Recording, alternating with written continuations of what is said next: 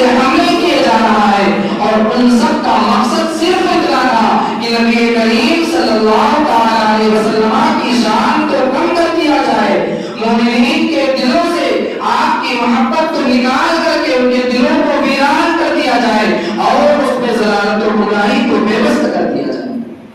اس کے لیے کبھی آپ کو عام بشر کی طرح ثابت کرنے کی کوشش کی جا رہی تھی، کبھی آپ کے لیے غیب کا انکار کیا جا رہا تھا، کبھی آپ کے تصرفات اور اختیارات کا انکار کیا جا رہا تھا، اور کبھی آپ پر طرح طرح سے حملے کیے جا رہے تھے۔ اس دور میں اعلیٰ حضرت علیہ رحمت و رضوان بحرین کی سرزمین پر رونق افروز ہوتے ہیں، اور عقل و شعور کی آنکھیں کھولتے ہی آپ نے شان رسول اور گستاخان رسول کے درمیان حد امتیاز کھینچ دیا، اور باطل افکار و نظریات اور اہل باطل کا رد بلیغ فرمایا۔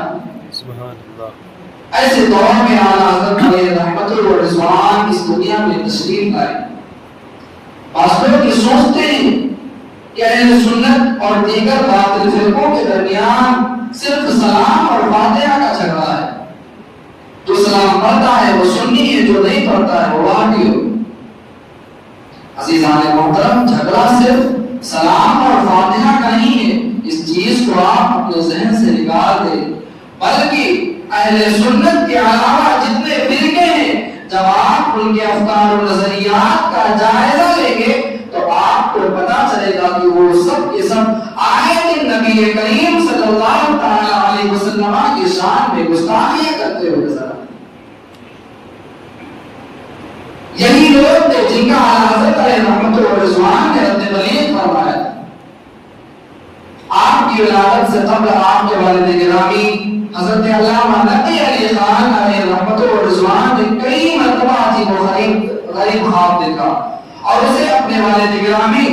قطب الاولیاء حضرت مولانا رضا علی خان رحمۃ اللہ تعالی علیہ سے بیان فرمایا، تو آپ نے اس کی تعبیر یہ بیان فرمائی کہ قریب تمہارے گھر میں ایک نیک اور صالح فرزند پیدا ہوگا جس کے علوم و فنون سے ایک دنیا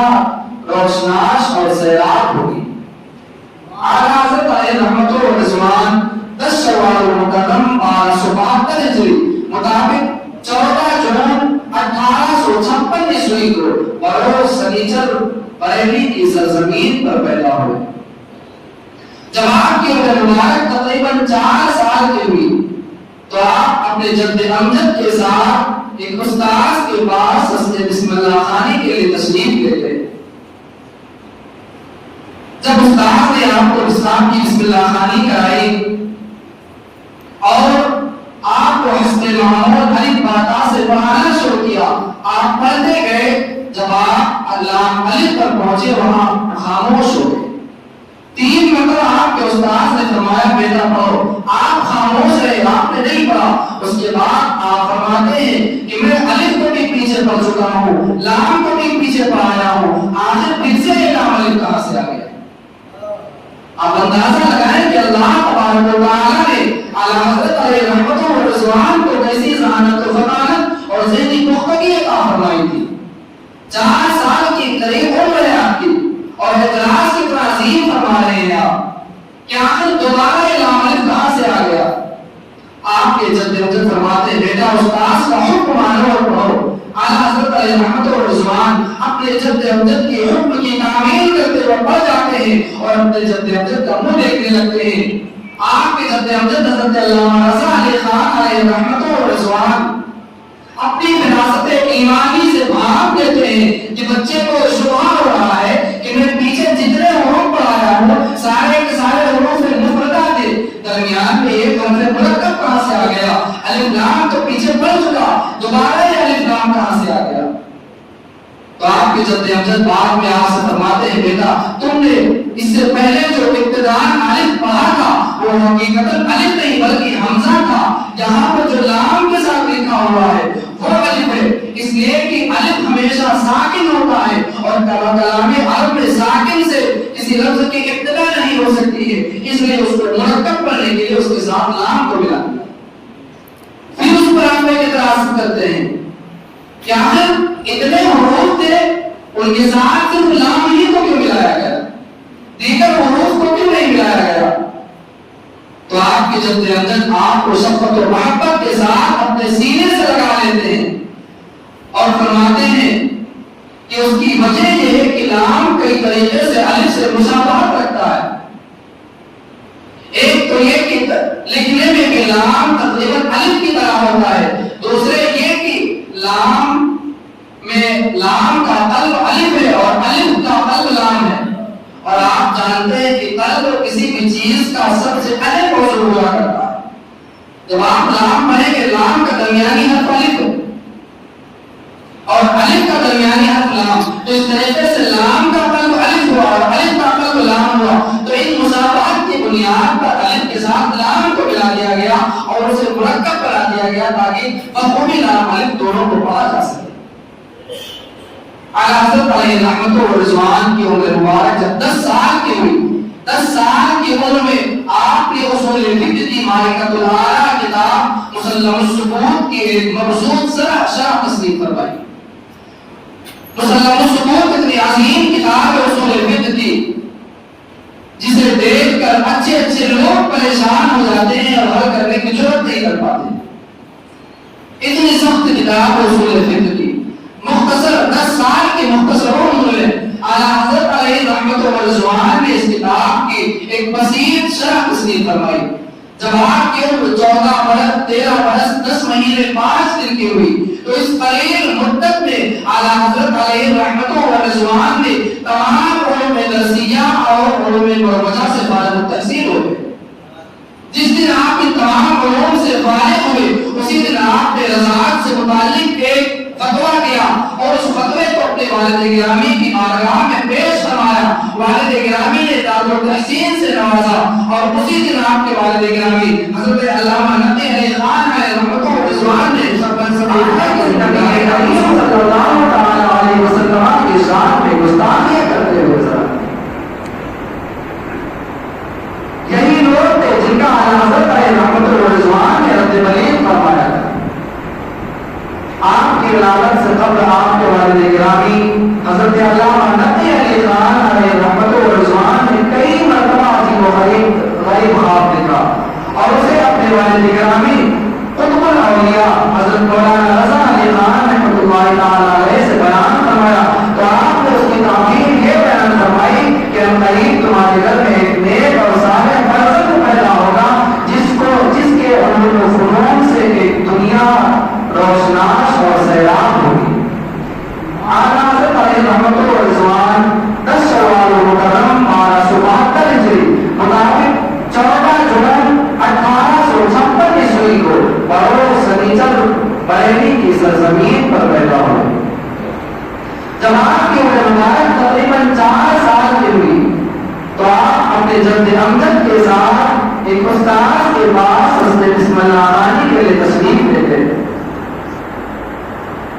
جب استاد نے آپ کو استاد کی بسم اللہ خانی کرائی اور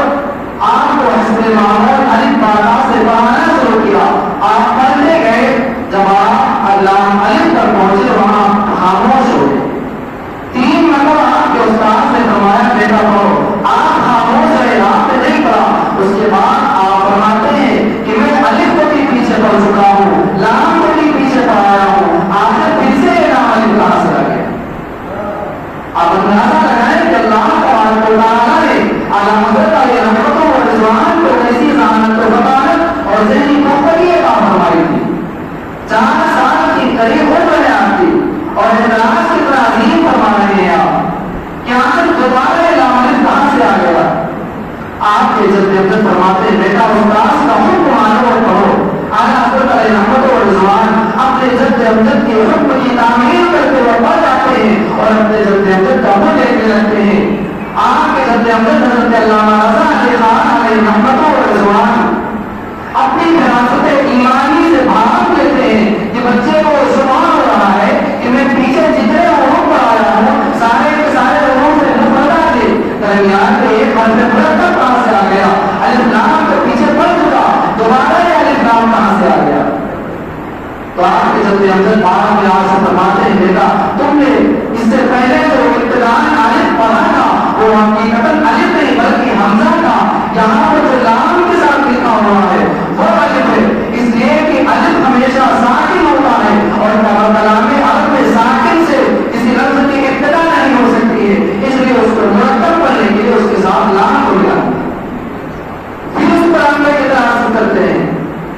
آخر اتنے حقوق تھے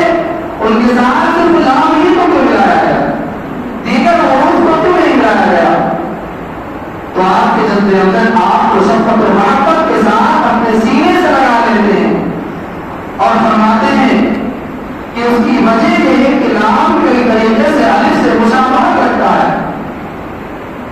ایک تو یہ کہ لکھنے میں کہ لام تقریباً الف کی طرح ہوتا ہے، دوسرے یہ کہ لام میں لام کا قلب الف ہے اور الف کا قلب لام ہے، اور آپ جانتے ہیں کہ قلب کسی بھی چیز کا سب سے اہم موضوع ہوا کرتا ہے۔ جب آپ لام پڑھیں گے لام کا درمیانی حرف الف ہے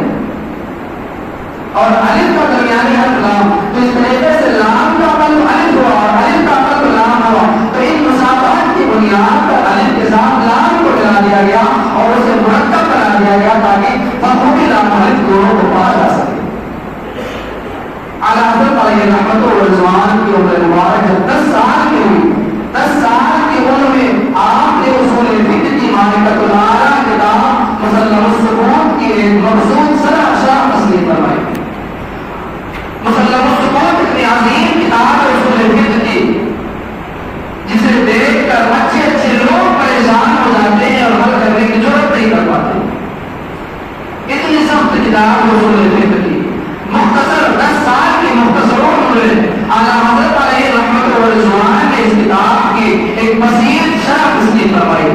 جب آپ کی عمر 14 برس 13 برس 10 مہینے 5 دن کی ہوئی تو اس قلیل مدت میں اعلیٰ حضرت علیہ رحمت و رضوان نے تمام علوم درسیہ اور علوم مروزہ سے فارغ التحصیل ہو گئے۔ جس دن آپ ان تمام علوم سے فارغ ہوئے اسی دن آپ نے رضاعت سے متعلق ایک فتویٰ دیا اور اس فتوے کو اپنے والد گرامی کی بارگاہ میں پیش فرمایا۔ والد گرامی نے دار التحسین سے نوازا اور اسی دن آپ کے والد گرامی حضرت علامہ نبی علیہ خان علیہ رحمت و رضوان نے منصب افتاء کی ذمہ داری آپ کو سونپ دی۔ اب غور کریں کہ اس 13 سال کی عمر میں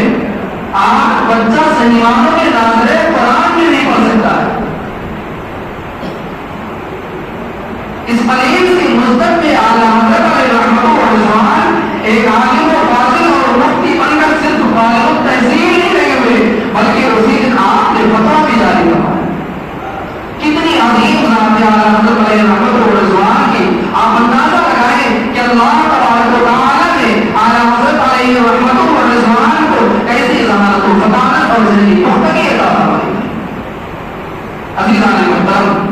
اعلیٰ حضرت علیہ رحمت و رضوان کی عمر مبارک جب 22 سال کی ہوئی تو تاج الفضول حضرت سید عبد القادر بغدادی رحمۃ اللہ تعالیٰ علیہ کے اشارے پر اپنے والد گرامی کی معیت میں آپ مانحرہ مقدسہ تشریف لے گئے اور وہاں کے صاحب سجادہ حضرت سیدی آل رسول مانحرہ علیہ رحمت و رضوان کے دستے ہم پرست پر سلسلے عالیہ قادریہ برکاتیہ میں بیان ہوئے اور آپ کے پیر و مرشد نے آپ کو حضرات کو اسی وقت اجازت و خلافت کی عطا فرما دی۔ حضرت سیدی ابو حسین نوری علیہ رحمت و رضوان نے اس وقت حضرت سیدی آل رسول مانحرہ علیہ رحمت و رضوان سے فرمایا حضور لوگ آپ کی بارگاہ میں آتے ہیں طویل زمانے تک مجاہدے کرتے ہیں ریاستیں کرتے ہیں تب کہیں جا کر کے آپ انہیں اجازت و خلافت عطا فرماتے ہیں، لیکن یہ جو حضرات آئے آپ کی بارگاہ میں ادھر آپ نے بیان فرمائی اور ادھر انہیں اجازت و خلافت بھی عطا فرما دی۔ تو اس پر حضرت سیدی آل رسول مانحرہ علیہ رحمت و رضوان فرماتے ہیں کہ میاں سنو اس کی وجہ یہ ہے کہ لوگ جب آتے ہیں تو زنگ آلود اور میلا کچیلا دل لے کر کے آتے ہیں، ان کے دل کو صاف ستھرا کرنے کے لیے مجاہدات قبیلہ اور ریاضات شاہدہ کی ضرورت پڑتی ہے، لیکن یہ حضرات جب میرے پاس آئے تو صاف ستھرا دل لے کر کے ہی آئے تھے، یہ صرف اتصال نسبت کی ضرورت تھی وہ میں نے عطا فرما دی، صرف نسبت کی ضرورت تھی وہ میں نے عطا فرما دی۔ یہ لوگ تو پہلے ہی سے صاف ستھرا دل لے کر کے ہمارے پاس آئے۔ اور ایک موقع پر آپ کے پیر و مرشد فرماتے ہیں کہ مجھے ہمیشہ یہ فکر لائی رہتی تھی کہ جب قیامت کے دن اللہ تبارک و تعالیٰ مجھ سے دریافت فرمائے گا کہ اے علیہ رسول آخر تم میرے لیے کیا لے کر کے آئے ہو، تو میں اس پروردگار کی بارگاہ میں اپنا کون سا عمل پیش کروں گا؟ لیکن میں نے جب سے احمد رضا کو بیان کر لیا ہے اس دن سے میرے فکر ہو گیا کہ جب قیامت کے دن پروردگار مجھ سے سوال کرے گا کہ اے جان رسول تم میرے لیے کون سا عمل لے کے آئے ہو، تو میں احمد رضا کو آگے کر دوں گا کہ اے پروردگار میں احمد رضا کو تیری بارگاہ میں لے کر کے آیا۔ آپ اندازہ لگائیں کہ اعلیٰ حضرت علیہ رحمت و رضوان کی شان کے متقی اور پرہیزگار تھے۔ صرف آپ اپنے پیر کے مرید نہیں تھے بلکہ اپنے پیر کے مراد بھی اعلیٰ حضرت علیہ رحمت و رضوان۔ آپ سوچیں کہ جس کے پیر اپنے مرید پر اس قدر ناز کرے، اس قدر فخر فرمائے، تو ہم غلاموں کا تو بدرجہ اولا بنتا ہے کہ ہم ایسے امام پر ناز اور فخر کریں، ایسے آقا کی غلامی پر ہم ناز کریں کہ اللہ تبارک و تعالیٰ نے اپنے ایسے محبوب بندوں کی ہمیں غلامی عطا فرمائی۔ عزیزان محترم، اعلیٰ حضرت علیہ رحمت و رضوان نے تقریباً 21 علوم اپنے والد گرامی سے حاصل کیے اور مزید دو چند علوم استاد الصالحین حضرت سیدی ابو الحسین نوری رضی اللہ تعالیٰ سے حاصل کیے۔ بقیہ تمام علوم آپ نے اپنی خداداد صلاحیتوں سے حاصل کیے۔ آج ایک فن ایک علم اگر کسی کو خود سے حاصل کرنے کے لیے کہہ دیا جائے کہ کوئی علم خود سے پڑھ کر حاصل کر لو تو یہ ممکن نہیں، لیکن اعلیٰ حضرت علیہ رحمت و رضوان نے 25 سے زائد علوم اپنی خداداد صلاحیتوں